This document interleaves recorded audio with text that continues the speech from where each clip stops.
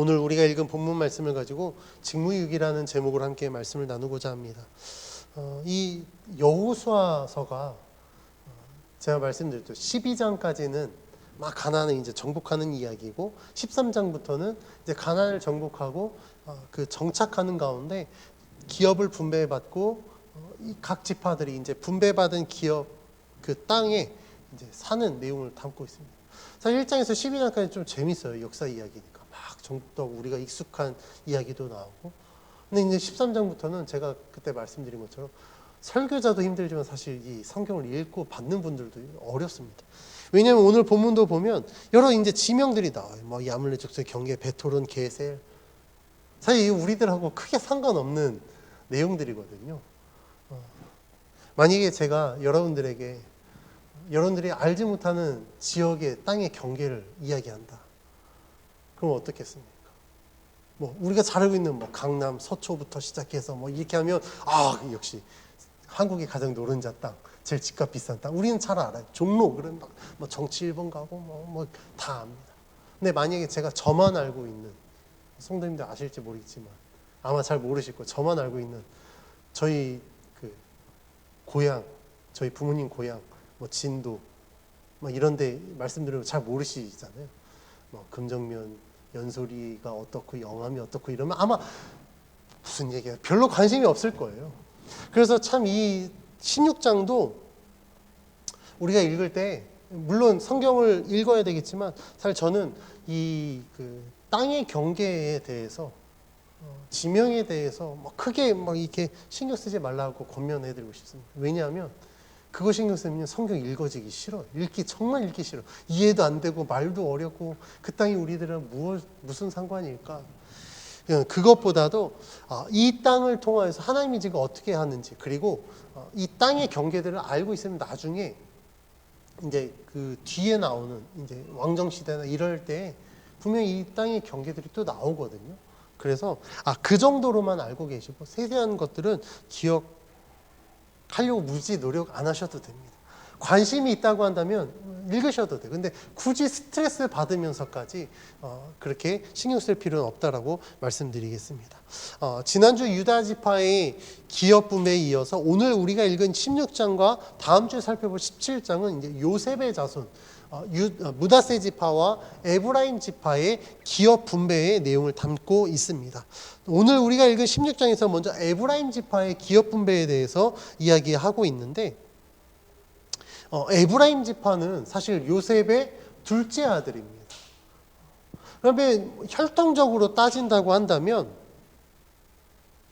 기업 분배의 순서는 사실 므닷세 지파가 먼저 나와야 돼요.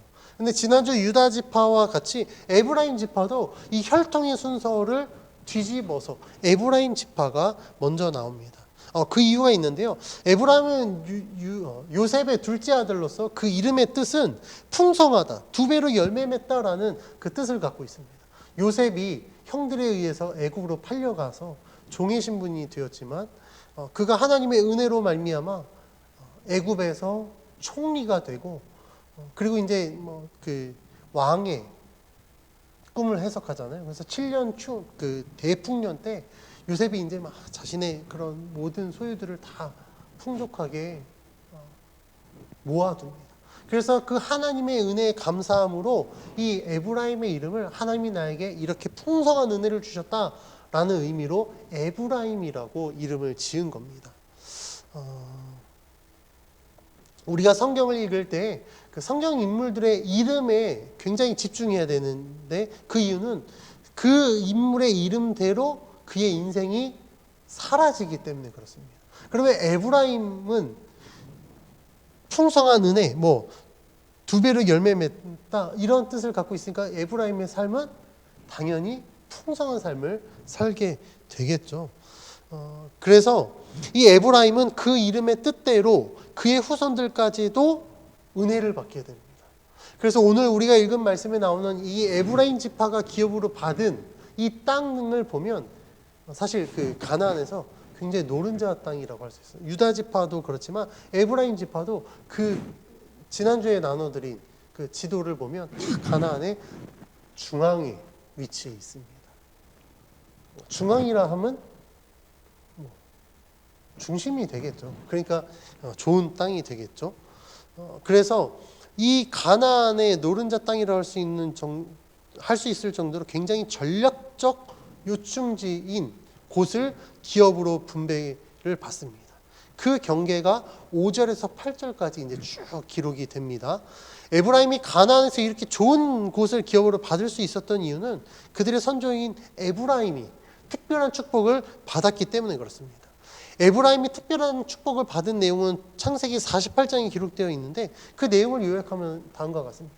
이제 요셉이 아버지 야곱을 만나고 그리고 나서 야곱에게 두 아들을 데리고 갑니다. 그리고 아버지 우리 아들들에게 축복해 주십시오. 축복 기도를 해 주십시오.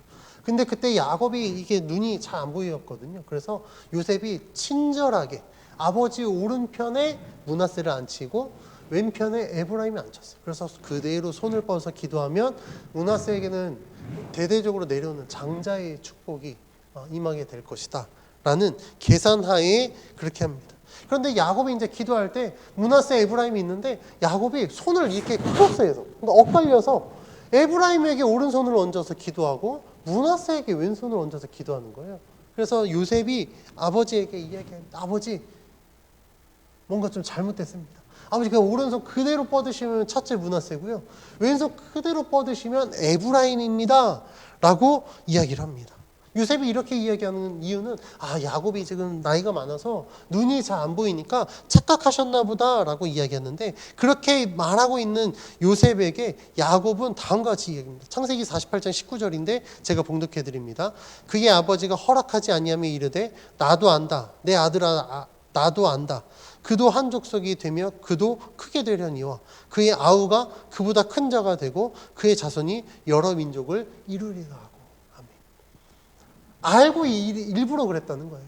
에브라임에게 일부러 그 장자의 복을 줘서 그가 그 형보다 더 큰 자가 될 수 있도록 축복하기 위해서 야곱이 일부러 손을 이렇게 엇갈렸다라는 겁니다.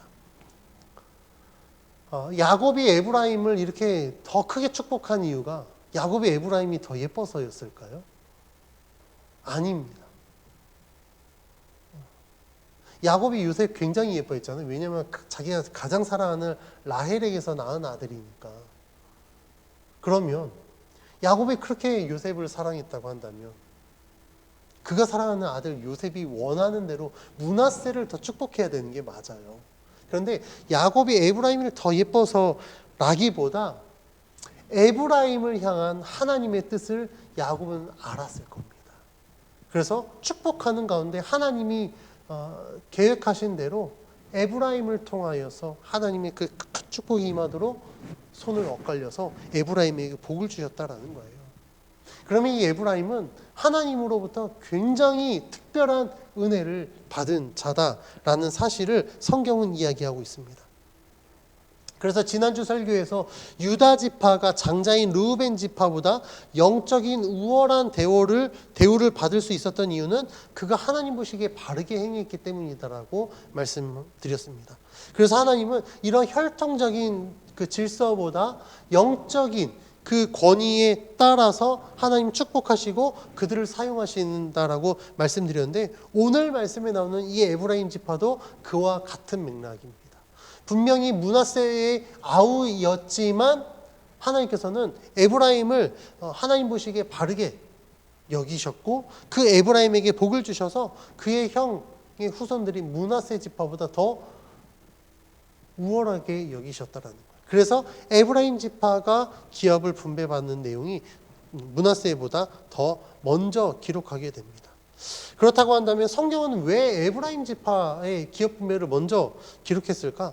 신학자들에게 여러 가지 해석들이 있습니다. 근데 세 가지로 요약하면 먼저 첫 번째는 앞서 살펴본 창세기의 내용과 같이 에브라임이 하나님으로부터 큰 축복을 받았기 때문에 하나님께서는 에브라임 지파를 통하여서 그의 형보다 더 크게 되겠다라고 하신 그 약속을 이루기 위하여서 그 약속의 성취의 개념으로 에브라임을 먼저 앞서 기록했다라고 이야기할 수 있습니다.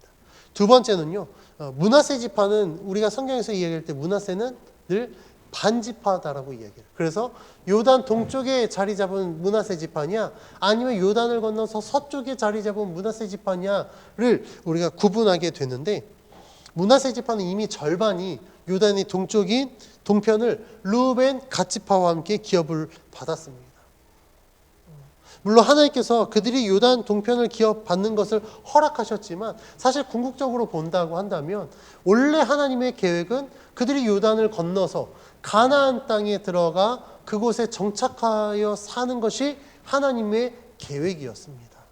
그런데 이 므낫세 지파는 어떻습니까? 요단을 건너기도 전에 동편에 이미 자기들의 눈을 바라본 땅이 좋아서 그냥 그곳에 안주하기로 했다라는 거예요. 하나님이 허락하셨지만 완전히 하나님께서 원하시는 뜻이 아니었기 때문에 성경은 이 므낫세 지파의 절반만 순종한 이 므낫세 지파보다 온전히 순종한 에브라임 지파를 더 앞세운 것입니다. 그리고 세 번째로는요, 에브라임 지파가 고대 이스라엘 역사에서 굉장히 중요한 역할을 합니다. 이 에브라임 지파는 그의 축복의 기도의 내용과 같이 에브라임 지파에서 여러 지도자들이 나오는데, 우리가 읽고 있는 이 여호수아서에 나오는 이 여호수아도 에브라임 지파 소속입니다. 그리고 사사기를 넘어가면 사사 시대에 유일한 여자 사사였던 드보라도 에브라임 지파 소속이고, 그리고 제가 아까 그 땅의 경계를 이야기하는 이유가 나중에 이제 그게 굉장히 중요한 요소가 된다라고 이야기했는데, 나중에 이 왕정 시대로 넘어가서 분열 왕국이 됐을 때, 남유다와 북이스라엘이 나누어졌을 때 에브라임 지파를 중심으로 10지파가 북이스라엘을 이루고, 그 북이스라엘의 초대 왕인 여로보암이 에브라임 지파 소속입니다. 그러니까 이 성경에서 앞으로 전개되는 이 역사에서 에브라임 지파가 갖고 있는 이 역사적 아주 중요한 그 위치 때문에, 역할들 때문에 에브라임 지파를 더 앞서서 기록한 것입니다. 에브라임 지파가 사실 이렇게 중요한 역할을 하고 중요한 위치에 있을 수 있었던 것은요, 사실 그들이 잘나서였다기보다 온전한 하나님의 은혜였습니다. 하나님께서 그들을 특별히 여기셔서 그에게 하나님의 은혜를 주셨기 때문에 그들은 이러한 하나님의 은혜들을 경험하게 된 것입니다. 그러니까 다른 지파보다 더 뛰어넘, 더 우월해서 라기보다 하나님께서 그 에브라임을 축복하신 내용들이 그의 후손인 이 에브라임 지파에게 임하였기 때문에 그들이 하나님의 은혜를 입어 다른 어떤 지파들보다도 앞선 지파로 인정받을 수 있었던 것입니다. 그런데 이렇게 하나님의 은혜로 말미암아 가나안에서 아주 좋은 위치의 기업을 받고 다른 지파들보다 앞선 에브라임 지파였지만 그들이 전적으로 또 하나님께 순종한 건 아니에요. 그 내용이 오늘 본문 10절에 기록되어 있는데 다 같이 10절 말씀을 함께 봉독해 보겠습니다. 시작.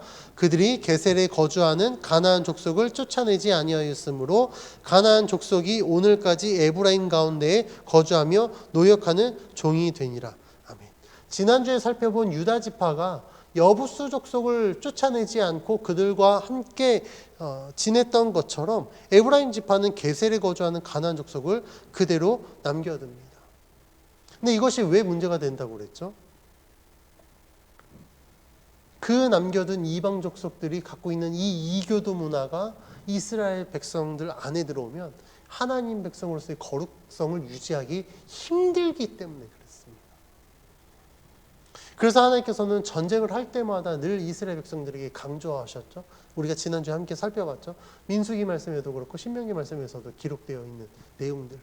너희들 반드시 그 땅에 있는 모든 것을 다 없애버려라. 왜냐하면 그것을 남겨뒀을 때 너희들이 언제든지 여호와 하나님께 죄를 지을 수 있기 때문이다 라는 거예요. 그래서 하나님께서 그렇게 말씀하셨지만 이 유다 지파와 같이 에브라임 지파도 게셀에 사는 가나안 족속을 쫓아내지 않습니다.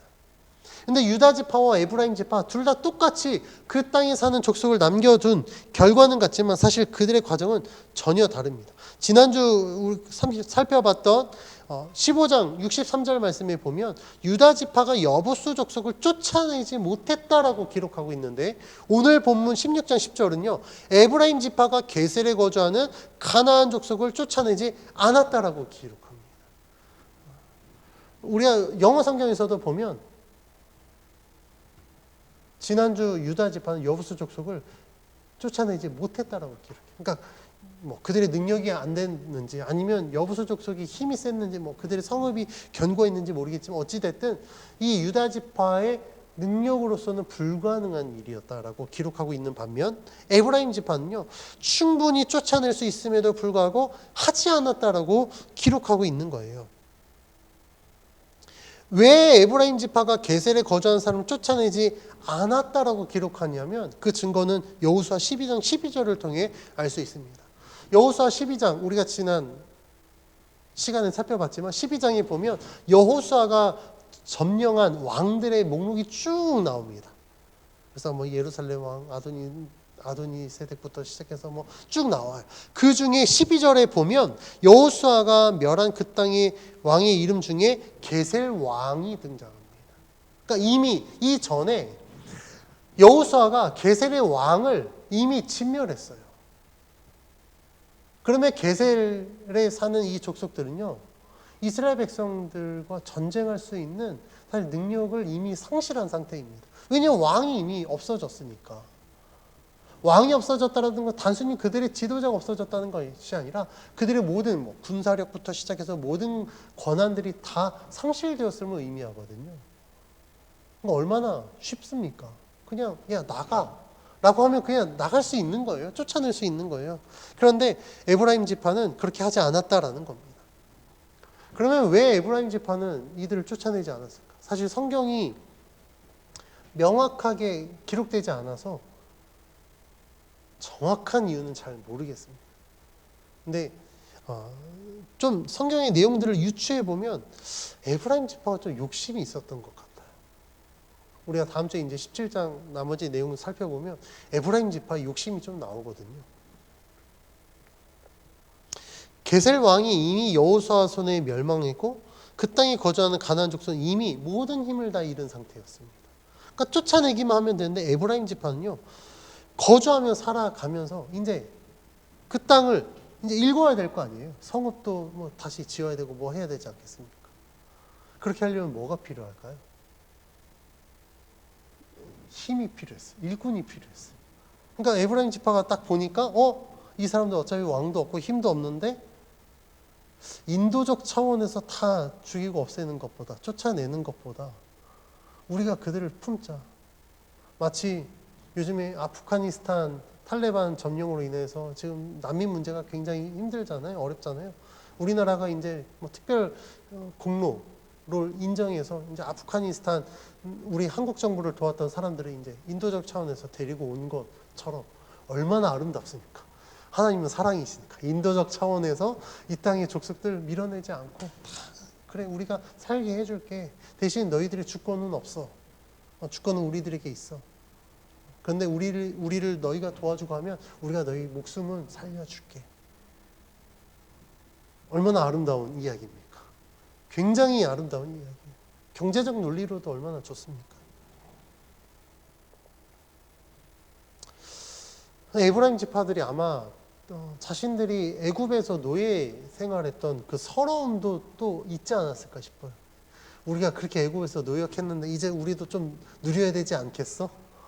라는 이런 마음, 뭐 여러 가지 마음들이 있지 않았을까 싶습니다. 그런데 표면적으로 보면 굉장히 합리적인 생각들이에요. 그렇죠. 그런데요, 우리들이 생각했을 때 합리적인 것이 반드시 하나님의 관점에서도 합리적이진 않다라는 겁니다. 하나님은요, 이러한 모습들을 기뻐하지 않으셨어요. 하나님이 원하지 않으셨습니다. 이러한 에브라임 지파의 잘못된 선택은요, 그들이 하나님께 죄를 범하는 원인을 제공합니다. 왜냐하면 그 내용이 사사기에 기록되어 있는데 사사기 1장 29절은 다음과 같이 기록합니다. 제가 봉독해 드릴게요. 에브라임이 게셀에 거주하는 가나안 족속을 쫓아내지 못하며 가나안 족속이 게셀에서 그들 중에 거주하였느니라. 이 사사기 1장이 이제 사사 시대가 왜 시작됐는지, 사사 시대 이스라엘 백성들이 왜 죄를 지었는지 1장, 2장이 막 이제 그 서론을 이야기하고 있거든요. 우리가 사사기 말씀을 이제 앞으로 살펴보겠지만 사사기의 핵심 내용은요, 그들에게 왕이 없으므로 그들이 자기 소견에 옳은 대로 행하였더라. 이게 사사기의 중심, 핵심 주제예요. 그러니까 하나님의 뜻대로 행한 게 아니라 내가 원하는 대로 행하다 보니까 하나님 앞에 얼마나 많은 죄를 짓는지 모릅니다. 그런데 이 29절에 이제 앞으로 쭉 진행되는 사사 시대에 특별히 에브라임 지파의 게셀에 거주하는 가나안 족속을 쫓아내지 못했기 때문에 그들이 함께 거주했다. 이 내용은 그로 인하여서 에브라임 지파가 사사 시대에 하나님 앞에 죄를 범하게 됐다라는 그 죄의 원인을 지금 이야기하고 있는 겁니다. 그래서 이 에브라임 지파가 게셀에 거주하고 있는 이 가나안 족속을 쫓아내지 않았다라는 것은 지난주 말씀에 이야기한 것처럼 그들이 죄를 지을 수 있는 여지를 그대로 남겨뒀다라는 거예요. 이런 죄의 유혹을 이겨낼 수 있으면 전혀 상관없겠죠. 그런데 에브라임 지파는요, 죄의 유혹을 이길 만한 능력이 없었습니다. 우리 인간들은요, 이 죄의 유혹을 이길 만한 능력이 없어요. 우리들에게는. 어떤 사람은 내가 의지적으로 이겨내겠다. 천만의 말씀. 절대 못 이깁니다. 그래서 지난주에 말씀드렸죠. 우리가 죄의 유혹을 이기려면 어떻게 해야 된다고요? 우리 삶 속에 죄를 지을 수 있는 모든 여지를 아예 다 끊어버려야 된다고요. 다이어트 하려면 아예 음식을 먹을 수 없는 단식원으로 들어가서 음식과 단절해야 됩니다.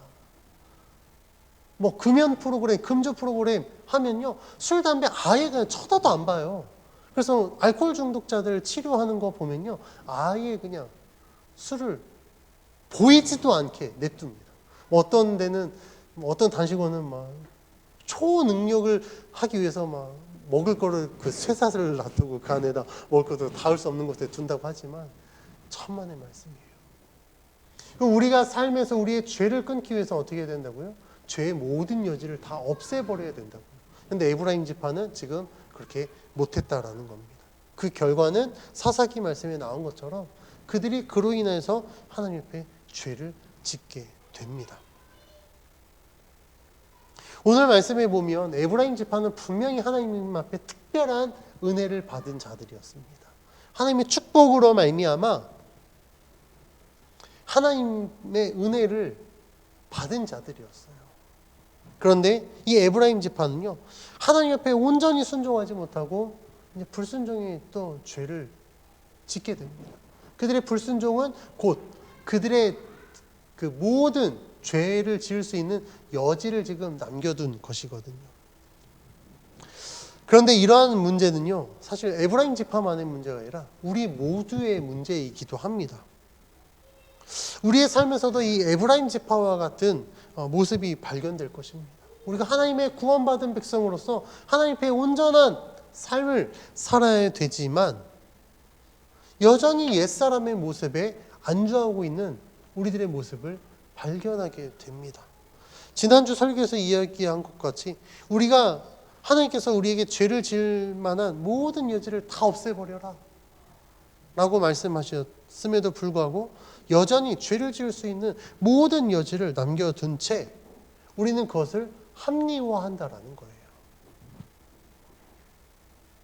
하나님이 은혜 안 주시니까 난 망가질 거야. 그런 사람도 있잖아요. 어떤 사람은 자기를 누군가가 사랑하지 않고 인정하지 않으니까 그래 내가 망가져 봐야 자기가 힘들겠지. 사랑하는 연인 아니면 자기 부모 힘들라고 오히려 자기가 망가지는 사람들이 있어요. 근데 이건 굉장히 잘못된 선택이거든요. 그런데 하나님 앞에서도 그런 사람들이 있더라고요. 저도 그런 사람 몇 명 봤습니다. 하나님 믿어서 하나님의 은혜를 받았는데 뭔가 뜻대로 되지 않았어요. 에이씨, 그래? 하나님 나 사랑한다고 그랬지? 독생자도 아끼지 않는다 그랬지? 내가 망가지면 하나님 힘들겠지? 그러면서 될 대로 되라 하고 막 엄청나게 타락한 삶을 사는 사람들 많이 봤습니다. 이게 우리들의 인간의 본질이라는 거예요. 그러다 보니까 우리들은 이러한 삶 속에서 죄의 유혹을 이기지 못하고 그 죄의 쓴뿌리들을 없애지 못했기 때문에 끊임없이 죄를 지을 수밖에 없습니다. 분명히 하나님께서는 죄의 삭은 사망이다라고 말씀하셨기 때문에 우리들에게 죄에서 떠나라 라고 분명히 말씀하셨습니다. 그리고 이제는 죄 안에 머물지 말고 이제는 하나님의 말씀 안에 거하면서 하나님의 거룩한 백성으로 구별된 삶을 살라라고 말씀하고 있습니다. 사실 이게 우리가 행하기 어려운 문제는 분명히 맞습니다. 어렵지만 불가능한 일이 아닙니다. 하나님께서는 우리들에게 할 수 없는 일을 요구하지 않습니다. 하나님이 우리들에게 명하신 것은 우리가 반드시 할 수 있는 거예요. 그런데 또 그게 쉽게 되지 않아요. 어렵습니다. 그래서 우리가 하나님이 말씀하신 것을 이룰 때 반드시 하나님 앞에 기도하면서 하나님의 도우심을 구하는 거예요. 하나님으로 말미암아 우리가 이것들을 이룰 수 있습니다. 그런데 에브라임 지파가 하나님이 말씀하신 것을 못한 게 아니라 하지 않은 것처럼 우리들도 하나님이 그렇게 명하신 것을 할 수 있음에도 불구하고 하지 않을 때가 꽤 많이 있습니다. 세상에서는 해야 할 일을 하지 않았을 때 그것을 직무유기라고 합니다. 그리고 마땅히 이 일을 해야 되는데 예를 들면 공무원이 자신이 그 공직을 해야 됨에도 불구하고 하지 않았을 때 세상의 법은 이것을 직무유기죄로 여기고 그것을 처벌합니다. 그래서 공무원의 직무유기죄는 형법 122조에 보니까 1년 이하의 징역이나 금고 또는 3년 이하의 자격정지에 처합니다. 그러니까 마땅히 자기가 해야 될 것을 하지 않으면 세상의 법은 그를 반드시 법으로 처벌한다라는 거예요. 세상의 법도 자기가 해야 될 것을 하지 않았을 때 처벌하는데 하나님의 법은 어떻겠습니까? 우리가 하나님의 구원받은 백성으로서 하나님께서 우리들에게 죄에서 떠나라, 거룩함으로 살아라, 구별된 삶을 살아라 라고 말씀하셨는데 우리가 하나님의 뜻에 불순종한다면 어떻게 되겠냐는 거예요. 우리도 하나님의 심판을 면하지 못하게 될 겁니다. 아까 말씀드린 형법 122조는 1년 이하의 징역 아니면 3년 이하의 자격정지니까 1년 징역을 살든지 아니면 3년 이하 자격정지 풀리면 다시 할 수 있어요. 물론 전과는 남아 있겠죠. 그렇지만 다시 원상복귀가 가능합니다. 그런데요, 하나님의 형벌은 전혀 달라요. 하나님의 심판은 우리가 세상의 법처럼 10년 동안 지옥에 갇혔다가 10년 지나면 다시 풀려서 천국에 갈 수 있고 그런 개념이 아닙니다. 하나님의 징벌은요, 딱 선포되면 그것으로 끝나는 겁니다. 하나님의 형벌은요, 기한이 정해져 있는 게 아니라 영원한 형벌이다라는 겁니다. 어떻습니까? 제가 이 설교를 준비하면서 좀 마음이 무거웠어요.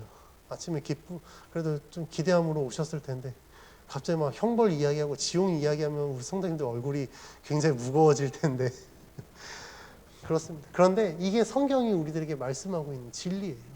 너희들이 행할 것을 행하지 않으면 아무리 하나님이어도요 우리들을 심판하실 수밖에 없다라는 겁니다. 내가 해야 할 것을 하지 않고 마지막 때에 구원받지 못하는 것은요, 복음서에 나오는 이 열처녀의 비유에서도 알 수 있습니다.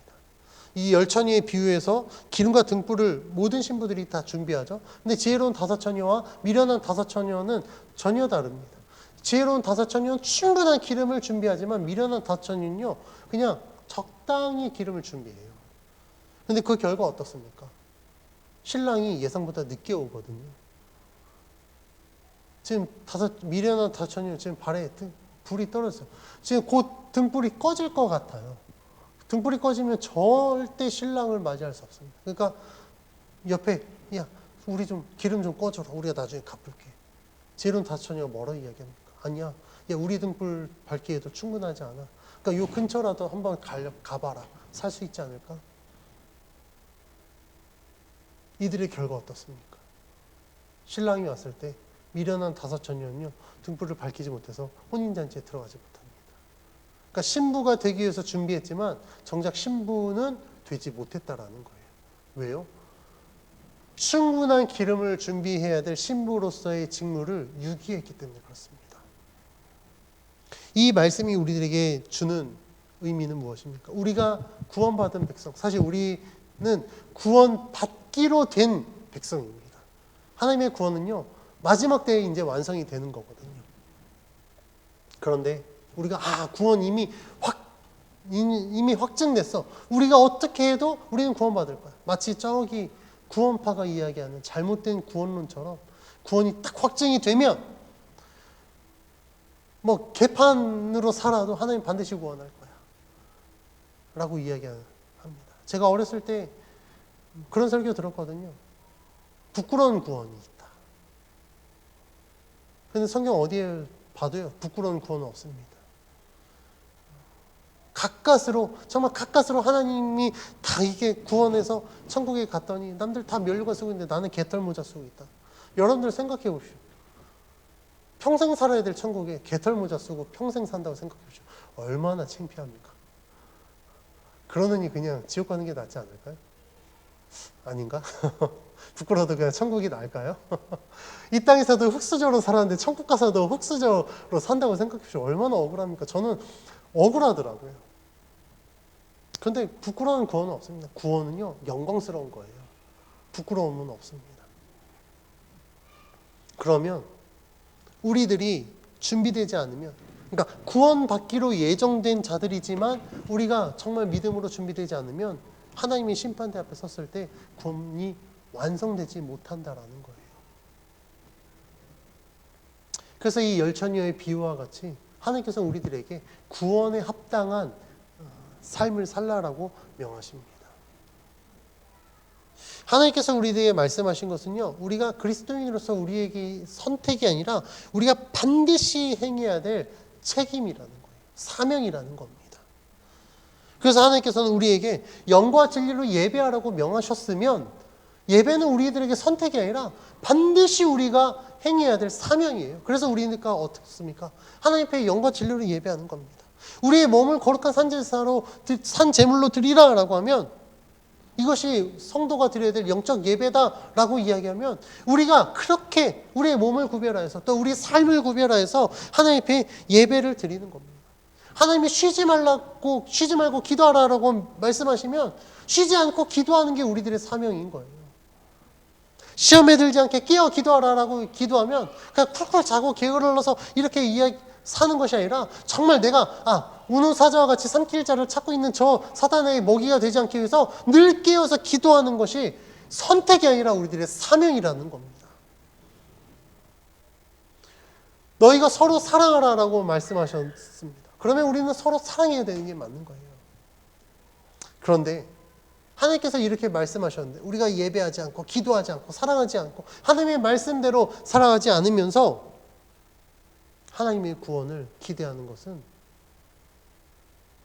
허황된 꿈을 꾸는 것과도 같습니다. 하나님께서 이렇게 말씀하셨는데 예배하지 않습니다. 기도하지 않습니다. 사랑하지 않습니다. 그러면서도 하나님의 백성이다라고 이야기하는 건요, 오늘 설교의 제목과 같이 직무유기하는 것과 같습니다. 하나님께서는 그리스도인이라면 마땅히 우리가 행해야 될 것들을 지금 말씀해 주셨어요. 예배해라. 영과 진리로 예배해라. 너희 몸을 거룩한 산 제물로 드려라. 시험에 들지 않게 깨어 기도하라. 항상 쉬지 말고 기도하라. 아무것도 염려하지 말고 너희 구할 것을 감사함으로 하나님께 아뢰라. 그리고 서로 사랑해라. 누구든지 오른뺨을 치면 왼뺨은 돌려대고 오리를 가자면 심리를 가지고 겉옷을 달라면 속옷을 내어주라. 이렇게 하나님께서 말씀하셨습니다. 이것이 성도의 본분이라는 거예요. 근데 우리들의 삶은 어떻습니까? 하나님이 말씀하신 대로 진짜 이렇게 행하고 있습니까? 사실 죄송한 얘기지만 저도 그렇게 못하고 있습니다. 어렵습니다. 그게. 그런데 어려워서 못하는 것과 할 수 있음에도 불구하고 하지 않는 것은 분명히 차이가 있습니다. 오늘 에브라임 지파는요, 할 수 있는 것을 하지 않았습니다. 왜 할 수 있음에도 불구하고 하지 않을까? 가장 큰 이유는요, 삶의 우선순위에서 밀려났기 때문에 그래요. 그러니까 하나님이 우선순위가 되면 하나님이 말씀하신 걸 우선적으로 할 텐데, 삶의 우선순위가 하나님이 아니라 세상의 것이 되면 하나님 일단 잠깐 계세요라고 하고 하나님 제쳐두고 내가 원하는 것을 먼저 합니다. 내가 하고 싶은 것, 해야 될 것들을 먼저 합니다. 그리고 시간에 여유가 생기면 좀 하나님 합니다. 그러니까 우리가 인생은 굉장히 바쁘게 사는데 언제 기도하지? 쉬지 말고 어떻게 기도하지? 짬 나면 기도하고, 짬 없으면 하나님 아시죠? 저 오늘 좀 바쁜 거 아시죠? 내 마음 아시니까. 삶은 굉장히 바쁘고 열심히 사는데 신앙은 그렇게 한다라는 거예요. 그런데 앞에서 말씀드렸듯이 직무유기에 대한 책임은 반드시 따릅니다. 우리가 그리스도인으로서 우리가 마땅히 행해야 될 것을 하지 못한다면 좀 무거운 이야기지만 하나님이 우리에게 약속하신 구원이 우리들에게 보장되지 않을 수 있다는 거예요. 열처녀의 비유와 같이 신부의 자격이 주어지지 않아서 미련한 5처녀가 결혼식에 들어가지 못한 게 아니라 그들도 충분히 신부의 자격을 부여받았습니다. 그리고 신부가 되기 위해서 준비도 했고요. 그런데 충분히 준비되지 못하니까 결정적인 순간에 신랑을 맞이하지 못해서 그들은 예비 신부는 됐을지 모르겠지만 정작 신랑을 맞이해서 신부가 되지 못했던 것처럼 우리가 하나님 나라의 그 예비된 백성이 될지 모르겠지만 우리가 그리스도인으로서 우리들의 직무를 유기한다면, 마땅히 우리가 행해야 될 것을 행하지 못한다면 우리도 동일하다라는 거예요.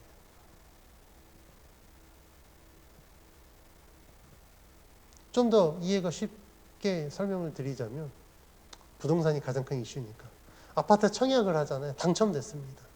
그럼 그 아파트 주민이 되려면 어떻게 해야 되죠?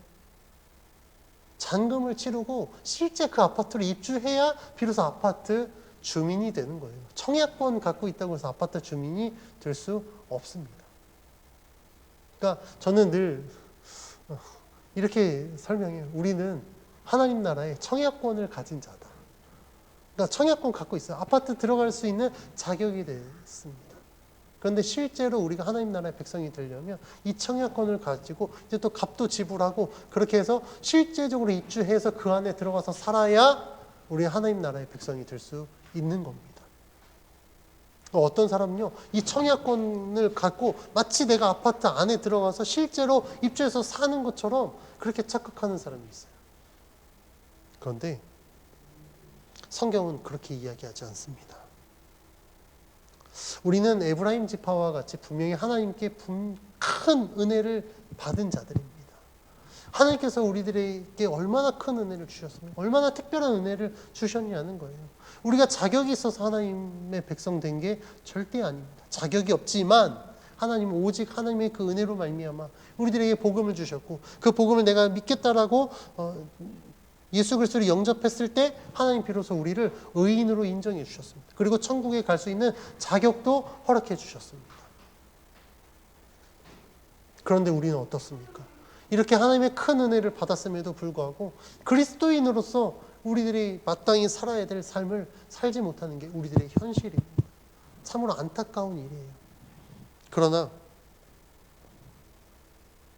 여기까지만 하면 오늘 설교는 굉장히 절망적인 설교입니다. 은혜 받으러 왔는데. 근데 그렇지 않아요. 제가 말씀드렸죠. 우리가 하나님께서 말씀하신 걸 우리가 하기 어렵다고 해서 하지 못하는 게 아니다라는 거예요. 하기 어렵지만 반드시 할 수 있기 때문에 하나님께서 우리들에게 명하셨습니다. 할 수 없는 영역은 어떻게 해야 될까요? 하나님을 의지해야 됩니다. 저도 말씀드렸잖아요. 이렇게 설교하고 있는 저도요. 늘 죄의 유혹에 노출되어 있고 그 유혹에 늘 넘어집니다. 서로 사랑해야 되는데 얼마나 혈기부르인지 몰라요. 제 혈기 때문에 저희 가족들이 사실 힘들어할 때도 있고요. 얼마나 못된 그 자아가 막 일어납니다. 그런데 그렇다고 해서 에이 될 대로 되라 사는 게 아니라 늘 그 문제를 가지고 하나님 앞에 기도하는 거예요. 하나님, 주님의 뜻대로 살 수 있도록 나를 붙들어 주십시오. 하나님, 제 연약함 알지 않습니까? 하나님, 이것을 이겨내고 싶은데 오늘 또 넘어졌어요. 그러나 하나님, 제가 포기하지 않습니다. 이렇게 주님 앞에 기도하며 내가 주님 손 붙잡고 내가 반드시 일어나겠습니다. 주님이 도와주시면 내가 이 죄의 문제들을 내가 반드시 해결하고 하나님의 거룩한 백성으로 거듭나겠습니다. 그렇게 우리가 기도하면 하나님은요, 우리를 반드시 도와주신다라는 거예요. 우리 성도님들이 혹시라도 오늘 말씀의 제목과 같이 내가 예수 그리스도를 믿는 자로서 우리들의 직무를 유기한 채 살아가고 있다면 지금도 늦지 않았습니다. 우리의 죄를 하나님 앞에 회개하면 됩니다. 그리고 하나님의 도우심을 구하면 됩니다. 그리고 다시 시작하면 됩니다. 하나님은요, 도와달라고 주님께 손을 내미는 자들의 손을 절대 뿌리치지 않으십니다. 반드시 그 손을 붙잡고 이렇게 세워주셔서 하나님의 거룩한 백성으로 살아가게 하십니다. 우리는 반드시 하나님 말씀에 순종할 백성이 되어야 됩니다. 그렇게 되기 위해서는요, 우리의 삶의 우선순위를 하나님께 둬야 됩니다. 아까 말씀드렸듯이 에브라임 지파가 할 수 있음에도 불구하고 하지 않는 이유는요, 우선순위가 뒤로 밀렸기 때문에 그래요. 내가 하고 싶은 것, 내가 생각한 것보다도 하나님의 뜻이 우선순위로 됐다고 한다면 아무리 인도적 차원 누리고 싶은 삶이었을지라도 하나님이 명하셨기 때문에 게셀에 살고 있는 가나안 족속을 쫓아내야 되는 게 맞습니다. 그런데 삶의 우선순위가 하나님이 되지 않으니까 우리들의 생각한 대로 그냥 우리들의 합리적인 생각으로 하면 되겠지, 하나님도 이해해 주시겠지. 근데 천만의 말씀입니다. 우리가 하나님의 뜻에 순종하기 위해서는 그리스도인으로서 우리들에게 맡겨진 이 직무를 잘 수행하기 위해서는 가장 먼저 삶의 우선순위가 하나님이 되어야 됩니다. 그리고 하나님이 우리들의 삶의 우선순위가 됐을 때 이제 하나님께 도와달라고 기도하는 거예요. 하나님, 내가 죄의 유혹에 넘어지지 않도록, 내가 실패하지 않도록, 내가 낙심하여 넘어지지 않도록, 그리고 끊임없이 나를 그냥 주저앉게 만드는 여러 가지 내 삶 속에 있는 내 마음의 상처부터 시작해서 못된 옛 자아부터 시작해서 자기 합리화까지도 하나님 다 제하여 주십시오. 그리고 나는 하나님으로 말미암아 다시 새롭게 태어나겠습니다. 내 상처는 치유하시고 내 못된 쓴뿌리는 다 걷어주시고 내 모든 더러운 죄는 하나님께서 정결케 하여 주셔서 하나님의 거룩한 백성으로 살아갈 수 있도록 인도해달라고 기도할 때 하나님 우리들의 기도를 들으시고 우리를 도와주실 것입니다. 그래서 간절히 바라기는 저와 여러분들이 하나님 앞에 섰을 때 정말 그래 잘했다, 내가 너에게 명한 대로 너는 충분히 그 삶을 살았구나, 그래서 하나님 앞에 착하고 충성된 종이라 일컬음 받는 우리 모두가 되어지기를 주의 이름으로 간절히 축원합니다.